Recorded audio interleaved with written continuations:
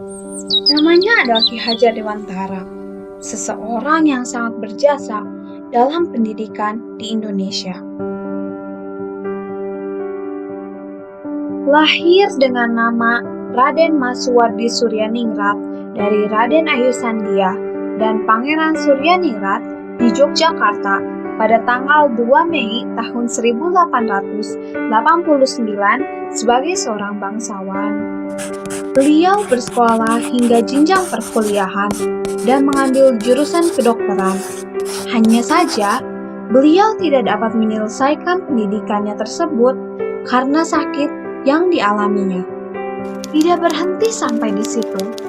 Beliau mulai menjadi seorang jurnalis dan topik yang sering diangkat dalam artikelnya yaitu ketidakadilan yang terjadi terhadap bangsanya sendiri, yaitu bangsa Indonesia. Sampai suatu saat, ketika perayaan kemerdekaan Belanda digelar di Indonesia, beliau mengkritik pemerintah Belanda yang membuat mereka geram. Beliau mengatakan dalam pidatonya, Seandainya aku seorang Belanda, aku protes peringatan yang akan diadakan itu. Aku akan peringatkan kawan-kawan penjajah bahwa sesungguhnya sangat berbahaya pada saat itu mengadakan perayaan kemerdekaan.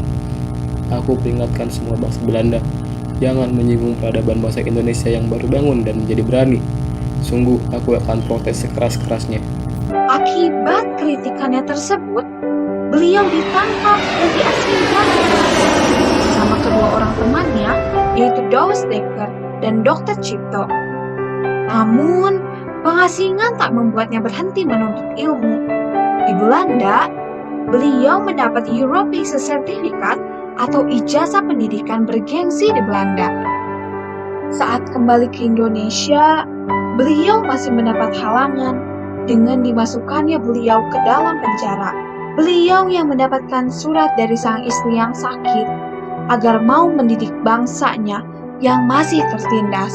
Hal tersebut menjadi titik balik baginya dengan mendirikan sebuah sekolah yang dibuka untuk masyarakat Indonesia tanpa terkecuali, yaitu Perguruan Nasional Taman Siswa. Untuk mengenang jasanya, yaitu uang Rp20.000, di mana tercetak foto Ki Hajar Dewantara.